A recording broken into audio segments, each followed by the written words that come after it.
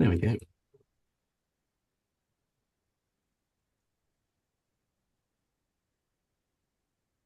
Okay. Thanks, everyone, and welcome to this Experts at Work webinar, which is for members of all three of our networks, as you know. And today we're exploring your personal resilience, the science behind good mental health, and some practical approaches. And we're really grateful to Jenn Barnett, who is EDI and ESG lead at Thornton UK LLP, for doing this. Jenn, thank you ever so much. Do let us have any questions and suggestions in the chat throughout. We're recording the session, as you just heard, for our members' YouTube channel. We'll send out the link afterwards along with Jen's slides. We'll have some breakouts later. Should have a breakout session later, and we'll have a question for you to consider or two, but we'll head for a half finish at 3 p.m. So please do put yourselves on mute for now if you haven't already. And Jenn, the floor is yours, and thanks again.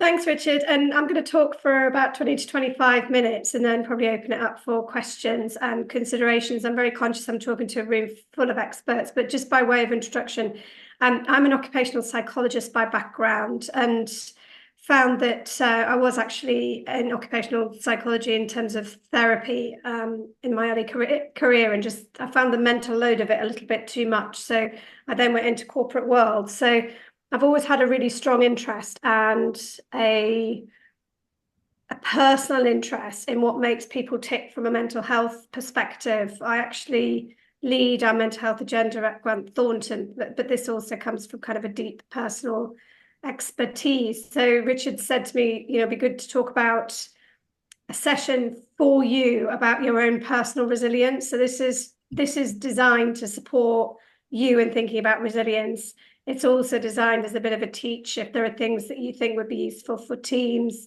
and more broadly, I'm very happy to share the information. But for this particular session, I just encourage you to just pause your day job for a moment and just focus on yourself and think about how you respond to stress and what sort of things you can do to support your brain to digest and function and energize in the right way. Because some stress can be really positive, as we know, and some stress can be very disabling. And it's really working out between the two. It is Mental Health Awareness Week this week, so fairly topical. I don't know if that was deliberate, Richard, but it's good that we're talking about this week. So I'm going to focus on just on. Do I just say next slide, Richard? Because I know you're controlling the slides. Yeah, I am. Yeah, please feel free to bark at me peremptorily. Next slide, please. Next slide, please. That would be great. So I'm just going to cover a little bit about understanding stress in a bit more depth from a kind of what it means and what it is. And apologies if this is kind of teaching you to suck eggs, but it's just more in the context of how the brain processes stress and how it responds to it. And then I'm going to move on to some tips about how you can build your own resilience, and then we'll move into some breakouts and some questions. So just on the next slide, this is just a little bit of context about the world in general and what we're dealing with at the moment. So you will see on the next slide. Have we gone to the next slide? Thanks. Yeah, thank you. So you'll see on this slide that this is just to really talk about the environment that we're dealing with at the moment from a mental health perspective.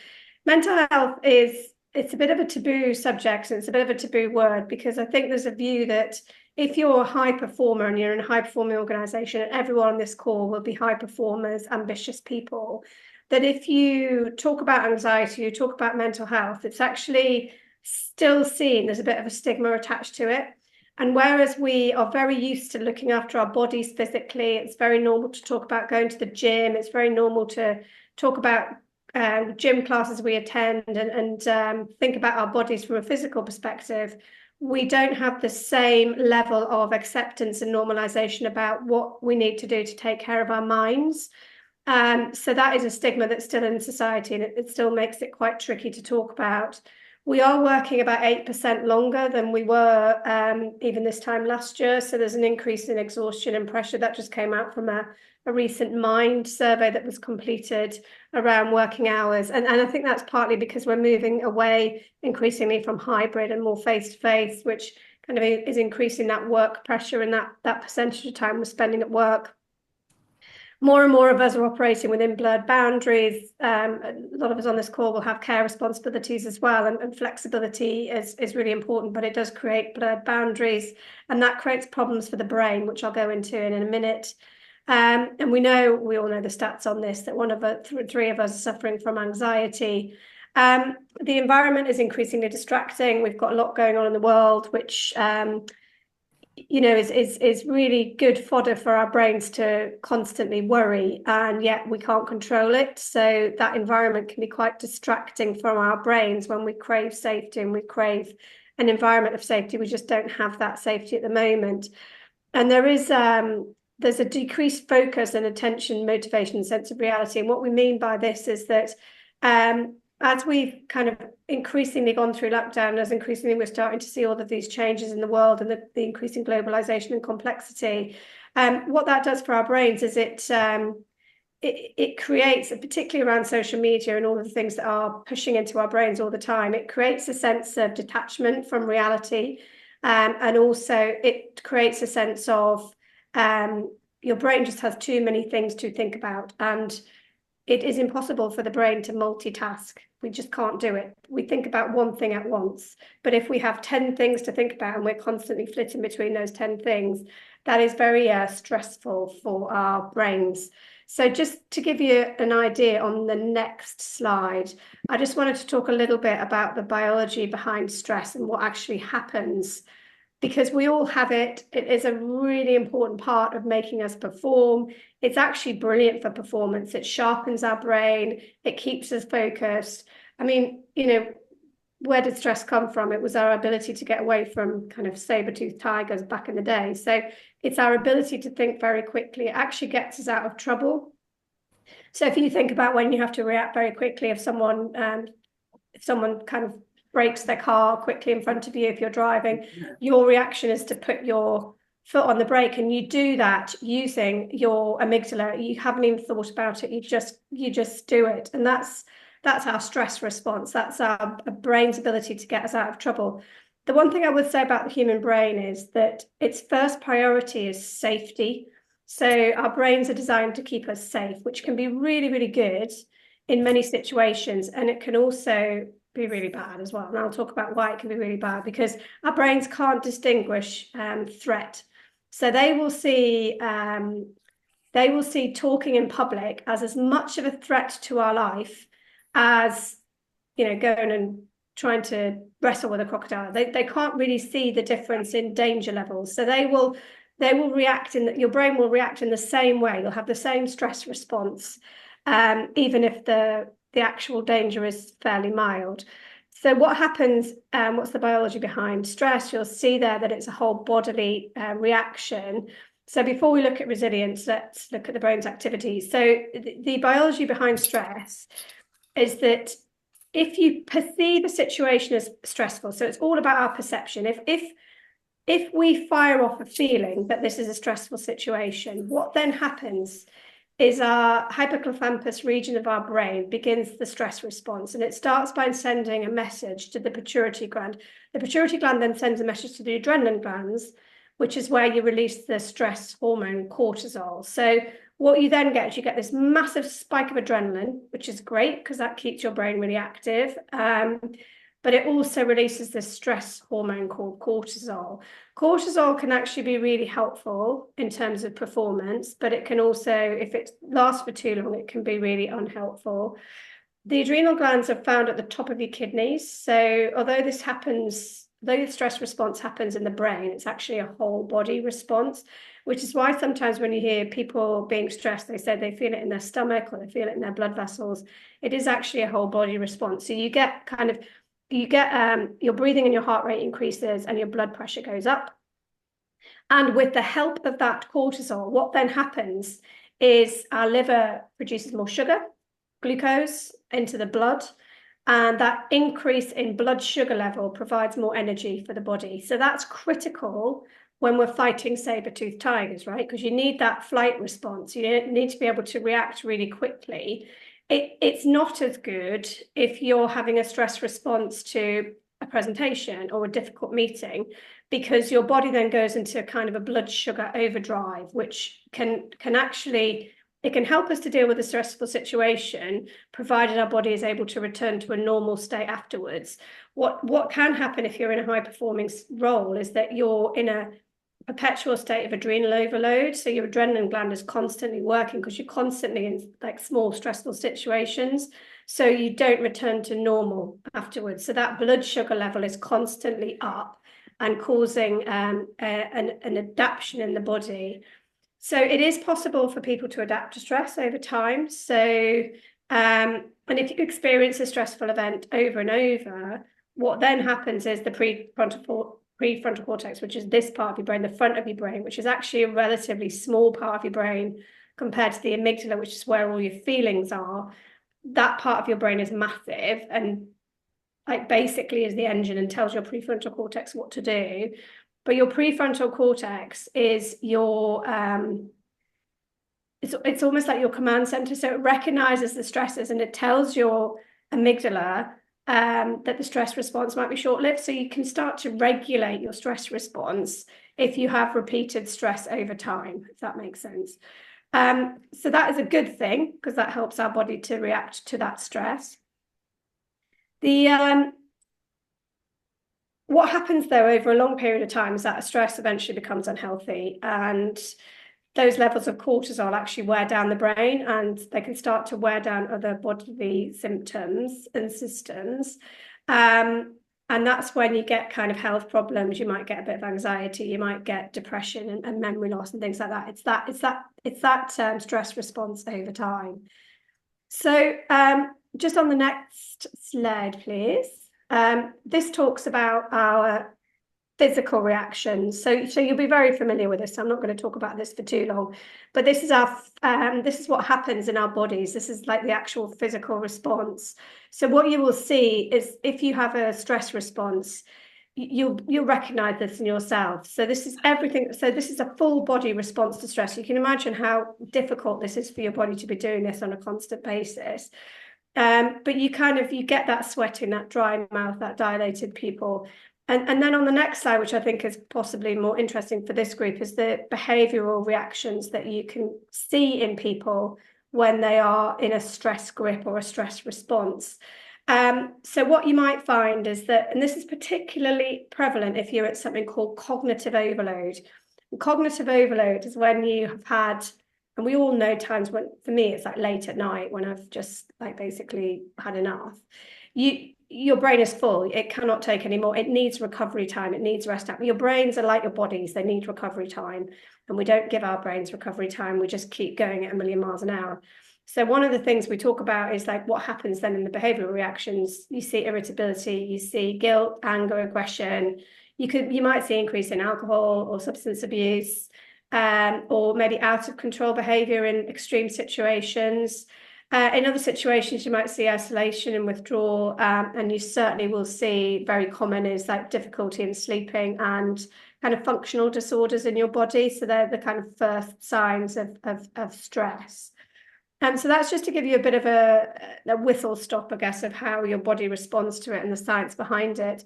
And then on the next slide, what I just wanted to move on to was human resilience, and I guess some tips to deal with some of this and to deal with like, we can't take the stress away from high performance roles, but what we can do is increase resilience in people. And I talk about resilience, and people often ask me what it is. And actually, I think it's that bounce back ability that you have. And you'll know people that have more bounce back ability than others. It's basically our capacity to recover. So it's the really important word here is recovery, and how quickly you recover from difficulties. So again, it's not taking the difficulty away. It's actually saying, how can I bounce back from this? So I said before, the brain's chief executive is the prefrontal cortex, and that gains power to regulate the stress reaction. So what you're effectively doing with resilience is you're giving your prefrontal cortex power to regulate your feeling, your stress reaction.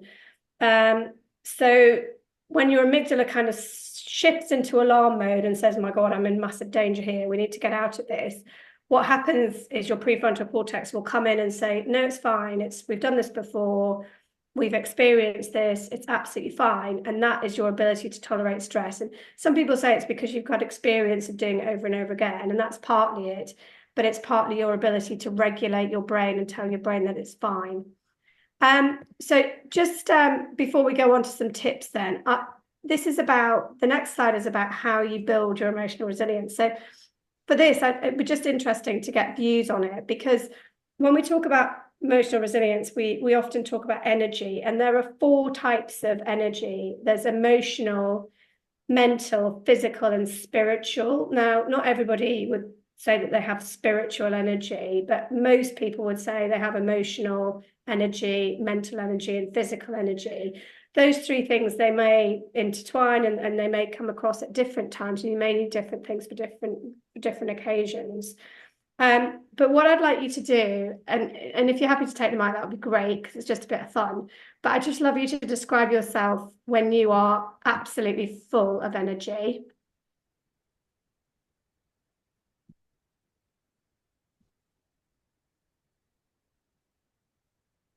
Give us a sense, network members. How would you describe yourself when you're full of energy?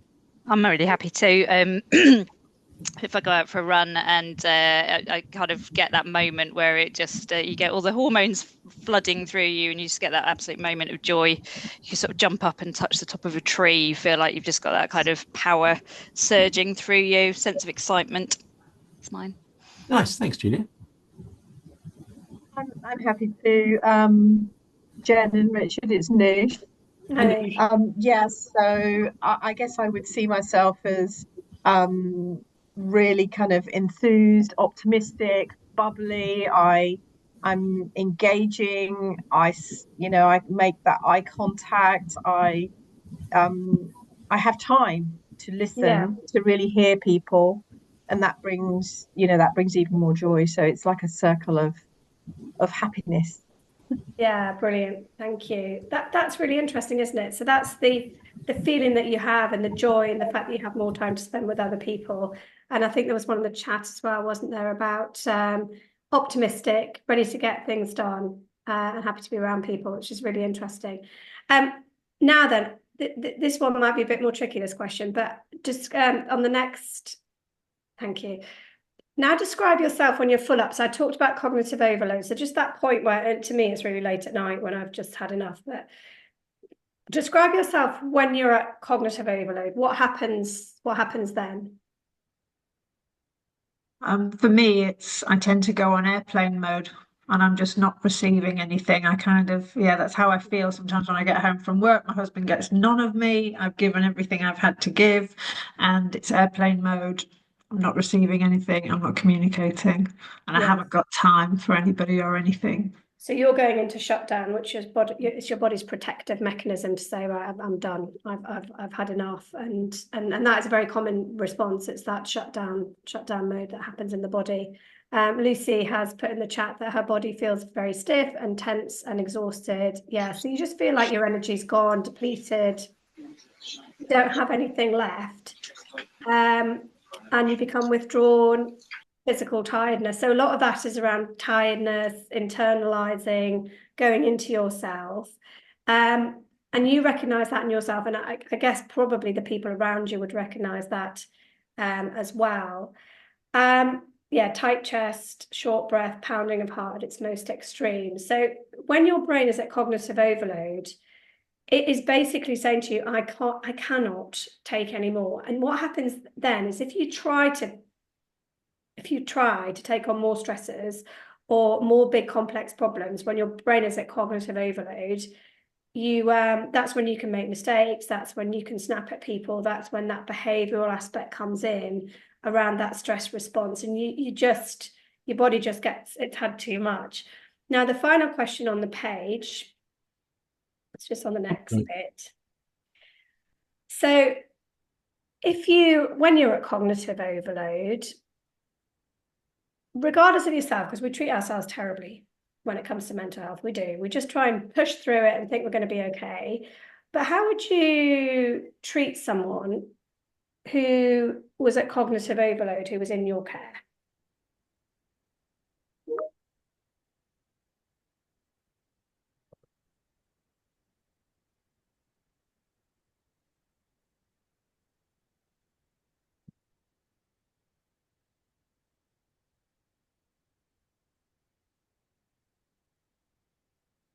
Bit of a tricky one, this.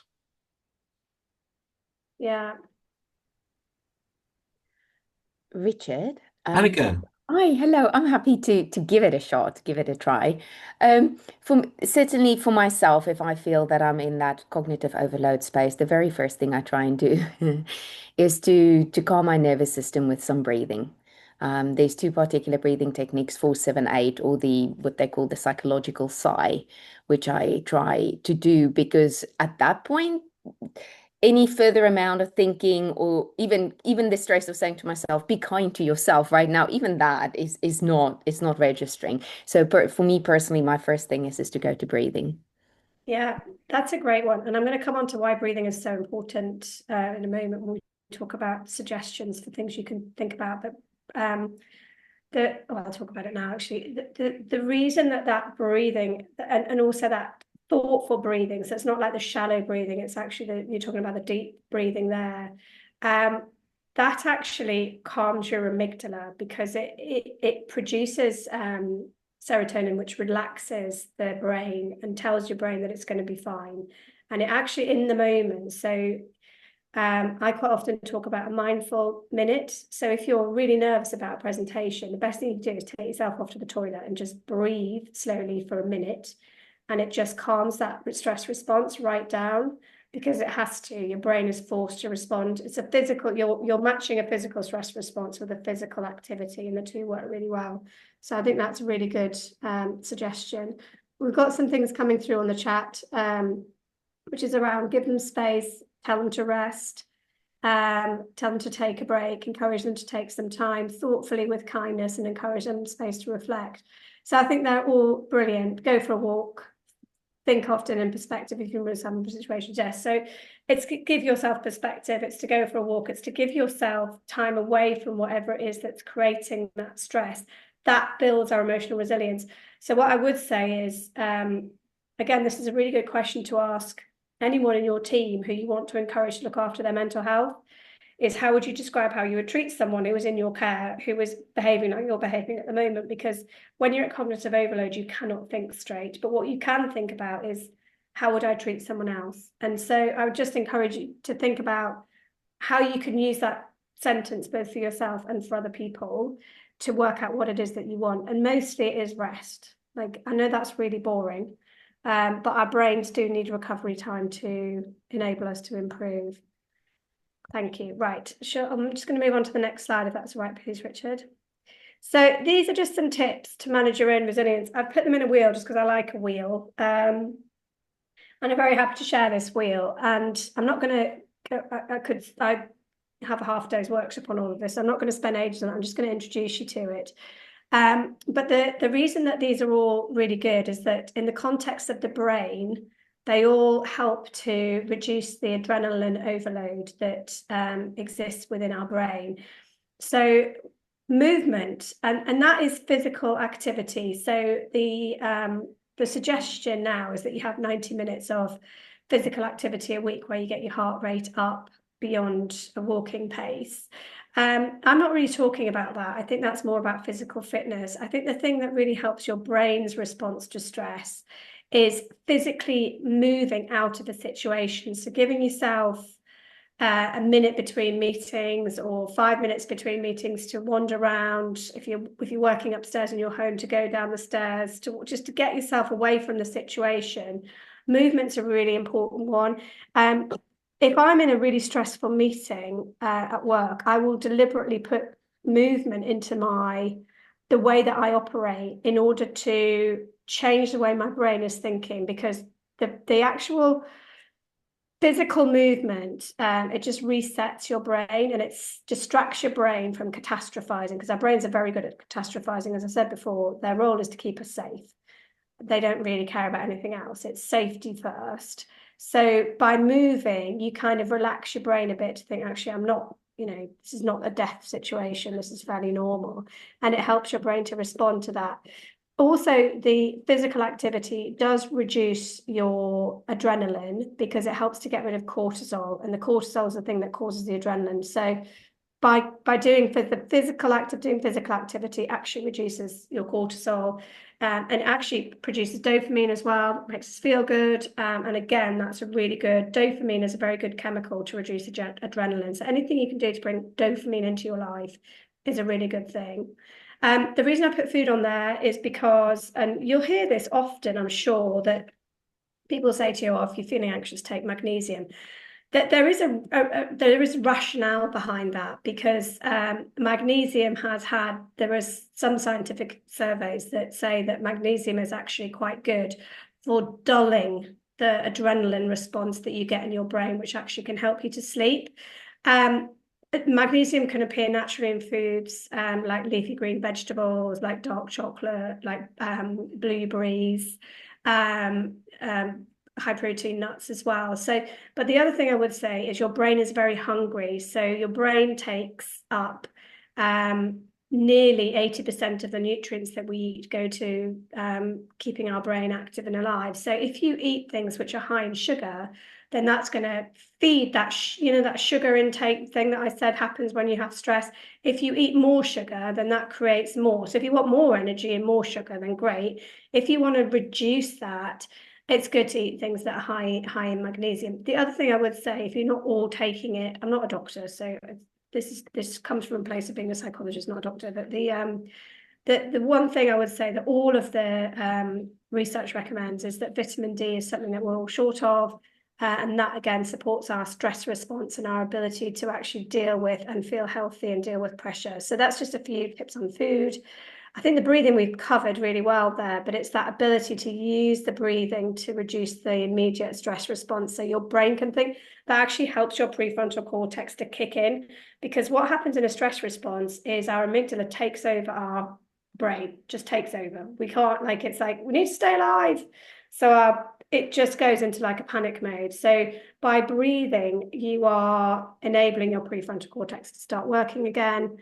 I cannot emphasize enough how important sleep is for our general health and well-being and bodies. You probably all know this. A couple of things around sleep. We haven't really moved much in terms of our brains. We haven't really progressed much from being cave people, and we like dark, cold spaces to sleep. So the darker and cooler and less distracting it is the best. I'm laughing a bit because it's like the optimum. I never have that, but it's designed, where bodies are designed to sleep in cool, dark places.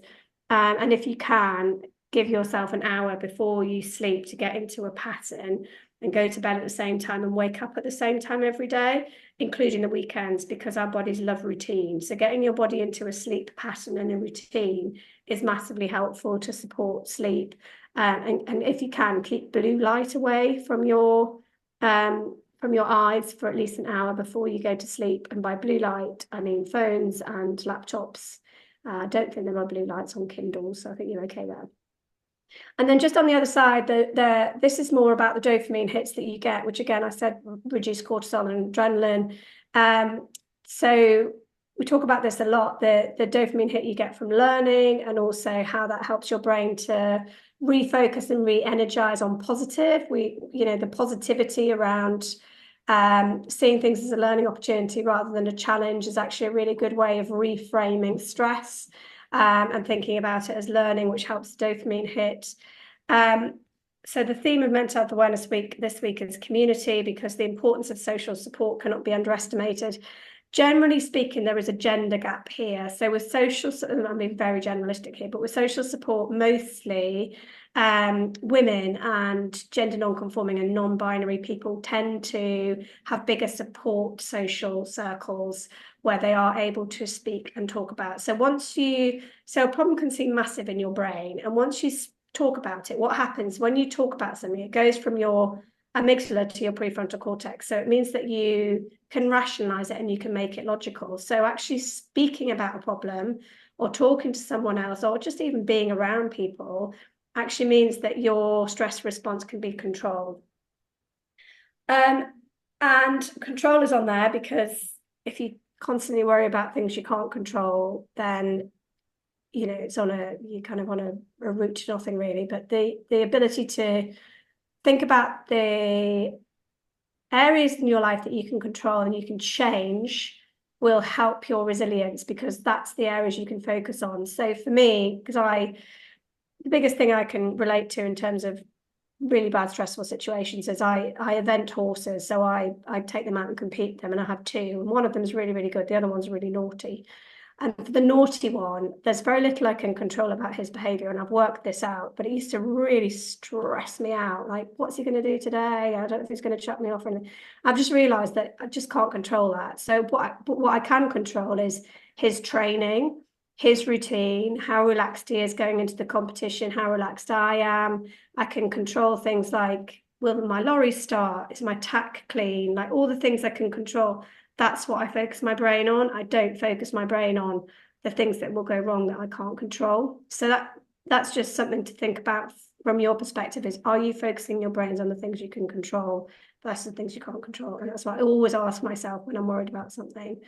And then finally, goals. I put goals on there because that future focus, that ability to visualize and be visionary about what you're thinking about, is really important for our brains, because we need that, and it actually makes us feel good to be able to have that in our lives. So that's just a few things around the wheel that I've been very short and sharp when I've gone through that, but hopefully that was helpful.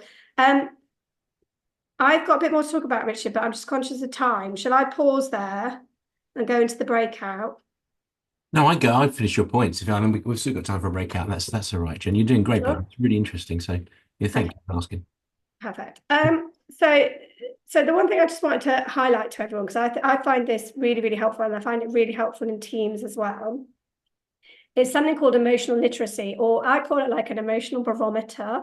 So I always check in with myself and say, so our emotions highly dictate our brain's response. So if we are feeling excited and delighted, and we're in a positive high frame of reference where we're feeling really good about ourselves and we're feeling good about the situation, we are likely to deal with problems in a very positive way, and we are likely to think about things and people around us in a positive way.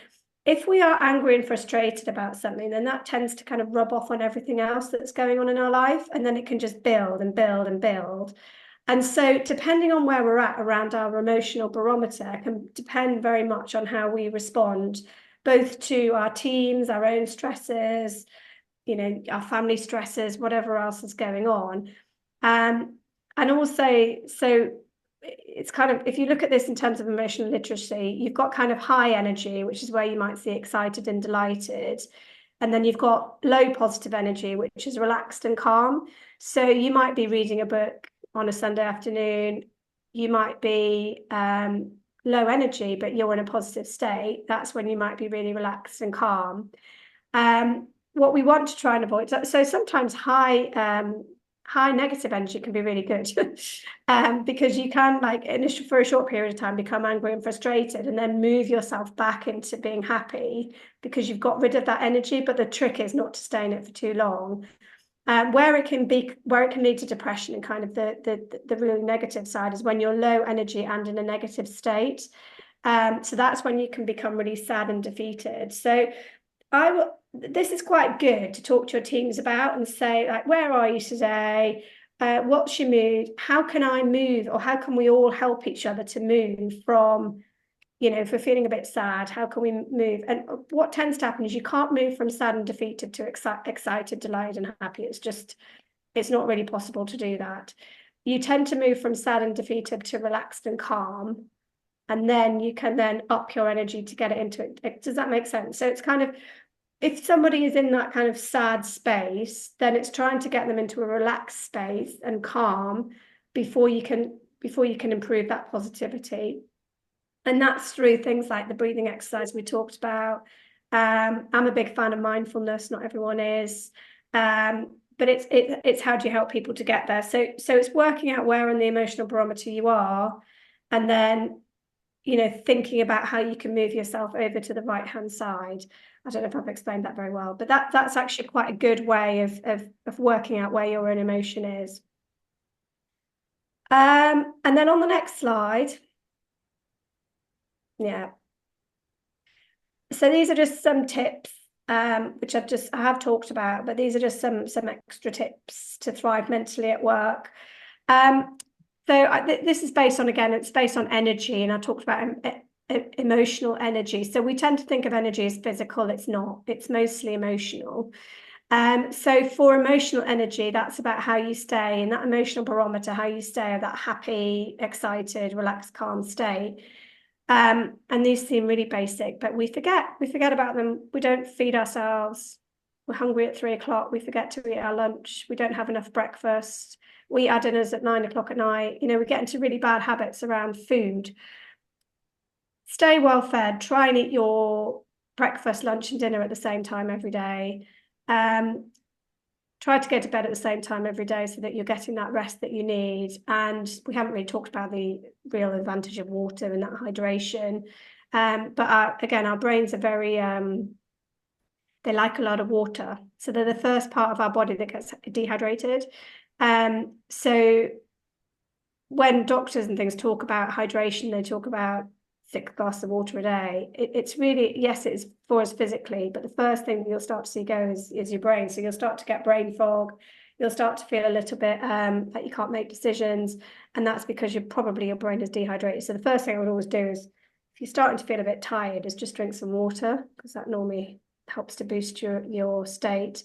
Really concentrate on your immune system and the things that you're putting in your body to help your immune system. And also your energy levels and your mood state. I've said this loads of times, the importance of sticking, your brain loves a routine. So if you can base your whole day on a routine, your energy levels, your breaks, your balance, your boundaries, shut down your laptop daily, create those boundaries, because your brain can then, it goes, great, I can switch off now, my laptop's shut. Like it's bizarre, but we like to have routine, and our brains like that more than anything. So this emotional connection, so this is about knowing when to ask for help, knowing when to respond rather than react, thinking about being emotionally connected to that energy. You know, are you at cognitive overload? Do you just need to have a good night's sleep? Or is this a longer term problem? So kind of recognizing in you when you're at cognitive overload. And also then beware of your inner critic and pay attention to the language you use to describe yourself, because quite often we go, God, I'm so shit. Why can't I do this? Like, why can't I push through and work 12 hours a day? This is ridiculous. And we start to get really self-critical, and our inner voice is as I said, our brains are there to keep us safe. So our inner voice is designed to be an inner critic going, you can't do this. You shouldn't do this. It's not safe. Don't do it. Try and ignore that inner critic, because it's not real. It is not logical. It's coming from your amygdala, which is based on feeling. It's not logical. And then we talked about breathing previously. So that's all I wanted to say. And then I thought we could maybe go into a breakout, Richard, if that's all right. Yeah, well, having said that, I mean, you've covered so much there. I love that, Jen. That was brilliant. I mean, you tell me if I'm wrong, but I'm thinking we've got sort of 15, 20 minutes. I was wondering about staying in the round, actually, and then we just cover the questions in the round in the group rather than rush it. Yeah, Is that absolutely. right? Yeah, Yeah. very happy to do that. Yeah, thank you for doing that. That was absolutely great. So I'm going to put the slides down in a second, but let me just leave this up for now. I'll take a note because it might be that you want to take the conversation elsewhere, network members, and ask Jen some things or make some separate points. But I do like these questions, I have to say. So there's Jen, you had some points there about writing and personal connection as well, didn't you? Yeah, so I said that before, that writing takes any issues that you've got out of your worry place, which is your amygdala, into your prefrontal cortex. So it activates logic. So it helps your feeling. It helps to kind of regulate feelings, and it calms down your triggers. But also, personal connection is the number one predictor of happiness. So social connection is really important for us as humans. So this is just an idea to say, write down your goals for prioritizing your own mental health. Think about your buddy. So who you'll use to keep the discussion going. It doesn't need to be someone in this group, could be someone at home, could be someone that you work with. And then how can you kind of create and make sure you've got enough social support around you? So they were the questions. And they're great questions. So I'm going to stop sharing there. Thanks again, Jen. Let's just go into the room. So what do people think? What people learned? What will people think they might be doing differently as a result of the conversation? And I'd actually like to start in some ways with the third question, because I love your question here, Jen, about how do we recreate that social support when we're physically less together? So any thoughts on that would be absolutely great. do feel free to put your hand up or just dip in. Richard, I can't find the hand up button. On my No, camera. Rachel's nice to see you. Hello. Rachel. Hi, I'm Rachel. Hi, Jen. Thank you. That was really, really interesting. The social one's an interesting one, isn't it? I feel like as I've got older, I've definitely understood that those phrases about like your circle being smaller, but that being fine. And the other thing that kind of came into my head, Jen, when you were talking about being deliberate about that. So I think for me, the trick with the third one is making sure that I'm quite deliberate and making sure that time is built into my week, because we are also busy in work, out of work. I think it can get neglected, but I think making sure you save some space for, even if it is that small circle or that one person you can really talk to, and sort of protecting that. I think it's easy to go, I'm too busy, I'll cancel that coffee, or I'll ring my friend another day. But like prioritizing it as much as some of the other habits, I think is quite critical for me. Gallup used to have a question in their engagement survey. I don't know if they still do. But did you have a best friend at work? Didn't they? And I wonder if they still ask that. If you see what I mean, because we're more remote. I think they do, because it's in Peakon and others, and you always get so much. I don't know about anyone else, but that's the question we get so much feedback on at work. I don't want a best friend at work. Why do you keep asking me about it? And you're like, there's research, but that's fine. You don't have to. Interesting, but it's yeah, it's maybe it's the phrasing, or perhaps I remember the phrasing wrong. But I guess the key thing is, to Jen's point, do you have close friends at work? And is that sort of has that figure gone down on the Gallup results since being remote? It might not have done, by the way, but it's you would wonder whether it has. Yeah. Anyway, interesting people's thoughts of what people are seeing. Do people have goals for prioritizing mental health? Do people consciously do that in the way that Jen was suggesting? I can step in, Richard. I can't find the hands up on Zoom, so sorry about that. Yeah, I do actually. So it's about breathing, and so I teach yoga. So I actually practice it myself and actually block time out in my diary when I know that things are really intense, to give myself that time outside away from my laptop. But also what I have started to incorporate onto hybrid calls where there are people from around the world is just a moment of mindfulness. And that mindfulness represents itself either through doing some one of the many types of breathing to bring people into the space, and to almost leave what they have carried into the meeting outside. So I do, yeah, I incorporate that, and it's really resonating well with people and myself, of course, as well. I love it. Thanks, Lucian. Welcome to your first event, by the way. Thank you. Jen, you were a fan of mindfulness, you were saying, weren't you? Oop, you're off. You're on mute. Sorry, me, as there's a plane just going over my head, so I put myself on mute. Yeah, I think it's different strokes for different folks, isn't it? A lot of people like mindfulness. Some people hate it. I found it really difficult because I've got a very busy brain. So I find the bit in yoga where they sit down and they do shavasana. I found that really hard because I've got this busy brain. But I think the more you practice it and the more you're able to do it, it is actually good. I tell you what it's good for. It's good for controlling your emotion in the moment. So it's good for if you have an emotional reaction, if you're in a difficult meeting or if you're in a confrontational situation, responding rather than reacting. And I think mindfulness helps your brain, teaches your brain to do that, which is bizarre because it is really about being present and being in the moment. But I think if you do it every day when you're feeling well, you can use those habits when you're feeling less well. And I was really, the reason I got very into mental health is because I was very sick as a teenager. I had a degenerative disease, which thankfully is fine now. It's kind of been reversed, but it made me very sick for a period of time. And so I got really into mental health and understand it because it had a big impact on me mentally. And one of the things that got me through that period was mindfulness. It was actually just doing mindfulness for 5 minutes a day or 10 minutes a day because my brain was just on overload, and just catastrophizing. thinking that this was going to be the worst thing ever. So it really helps in difficult times, but in order to do it in difficult times, I think you need to be good at doing it in good times as well. Oh, that's good advice. Yeah, that makes sense. Yeah, good to get into the routine of it. Back to the routine Yeah. again, I guess, to makes it. Rachel's asked, Jen, do you have any thoughts on good tips on writing for well-being? Would that be journaling, for instance? Yeah, so I'm a big fan of writing. I think writing is massively helpful, particularly, there's like, I don't know if anybody else has this, when you wake up at 3 a.m. and your head's buzzing and you kind of, your brain is really good at catastrophizing things at 3 a.m. and you think it's like the worst thing in the world and the whole place is about to, you're going to hell in a handcart. So I use writing to take things out of my amygdala, which is not a helpful part of my brain, to then create logic.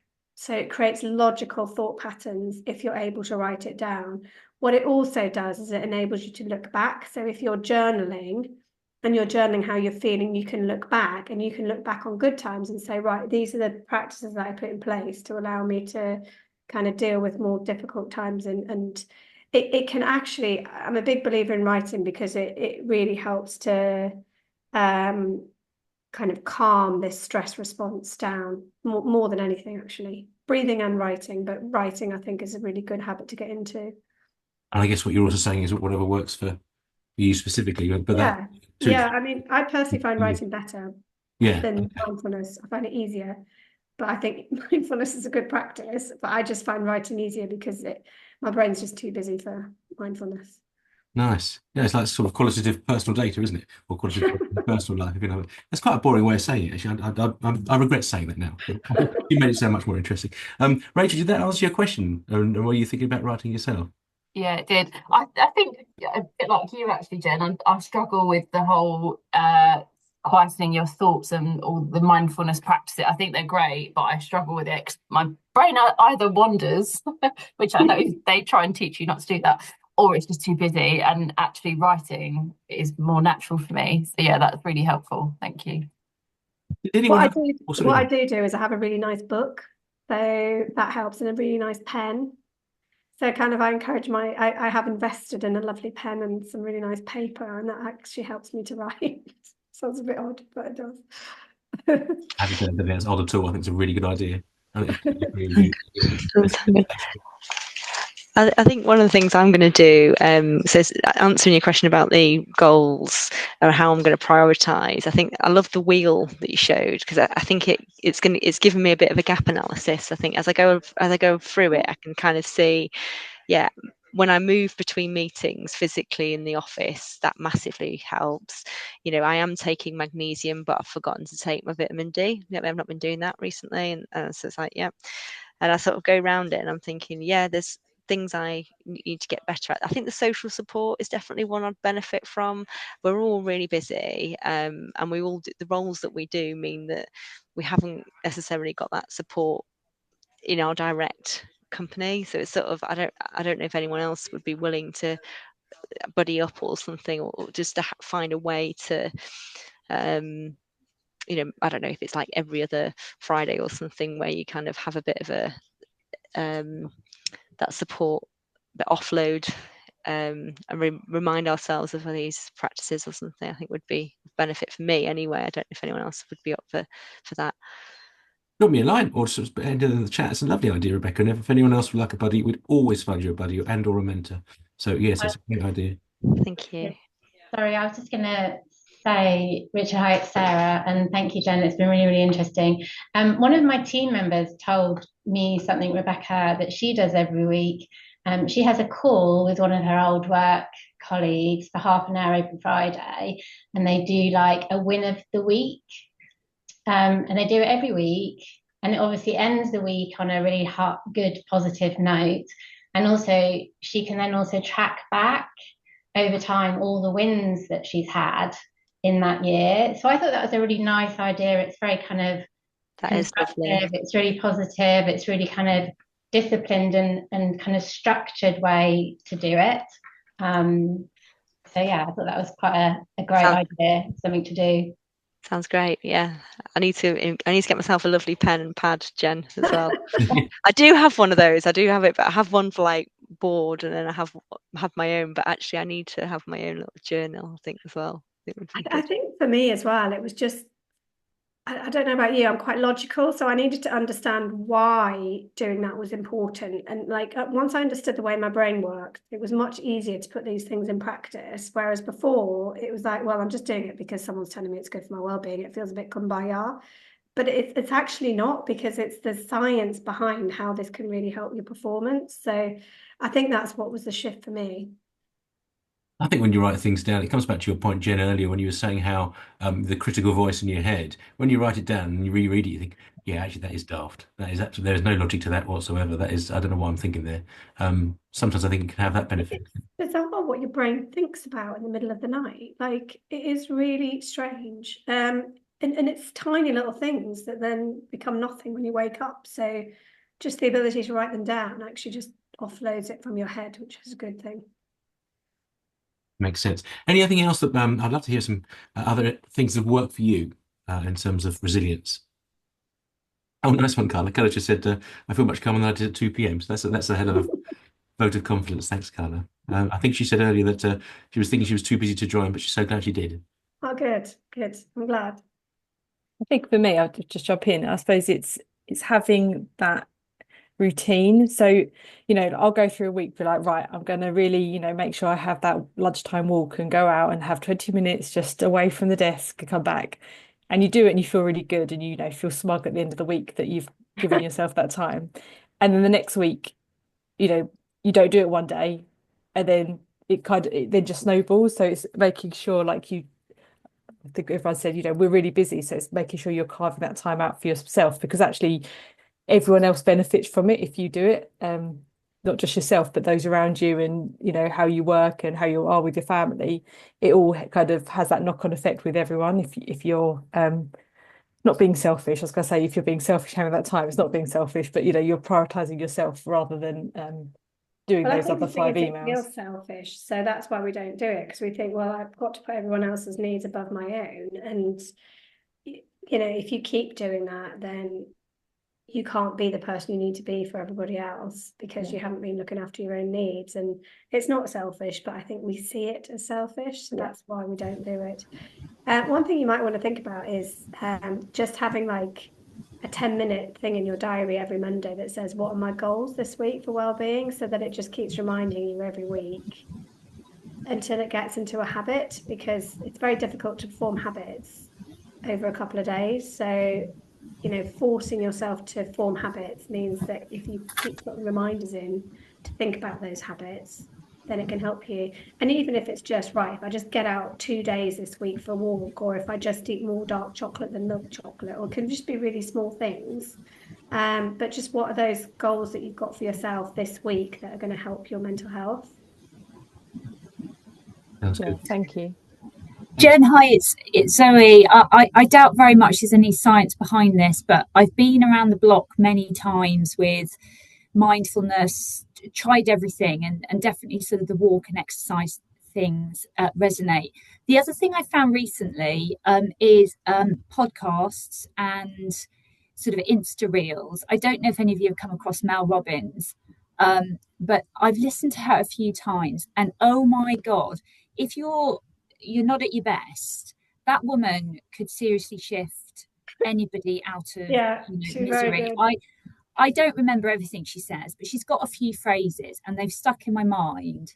And I'm on that last bit of my run. I'm like, oh, sod this. I really, I'm slowing down. And she'll go, don't break that commitment to yourself. You make a commitment to yourself. That's the most important commitment. And just stuff like that has over the last few weeks, I don't know, it's just brought a bit of joy from a role model, I guess, that I would really have probably been quite cynical about if somebody had said it on a call like this. So I thought, no, I'm going to speak up, because you never know. Yeah, no, I like Mel Robbins as well. Worth a listen. He sounds like he made a big difference, Zoe. Thanks for mentioning it. Love it. I also love out in the chat, Amrit's dropped some really good tips about I can't say that. Thinking catastrophically. Will this matter tomorrow? Will this matter next week? Will this matter in a month's time? I think that is a nice way of de-stressing and regulating emotions. Amrit, you're right. Thank you for sharing it. That's excellent. We're just coming up to time, so I thought, in the spirit of the session, perhaps it'd be better to end slightly early, so you have Give time. people a couple of minutes. Exactly. Cup of tea before the 3, which is inevitably following along. But Jen, what a great session you ran. Thank you so much for starting this conversation, running it so well, and giving us so much to think about. It's lovely to see everyone. Thank you ever so much for coming. And Jen, thank you. Excellent. You're welcome. Take care. Have a good day. Bye. Thank you. Yes.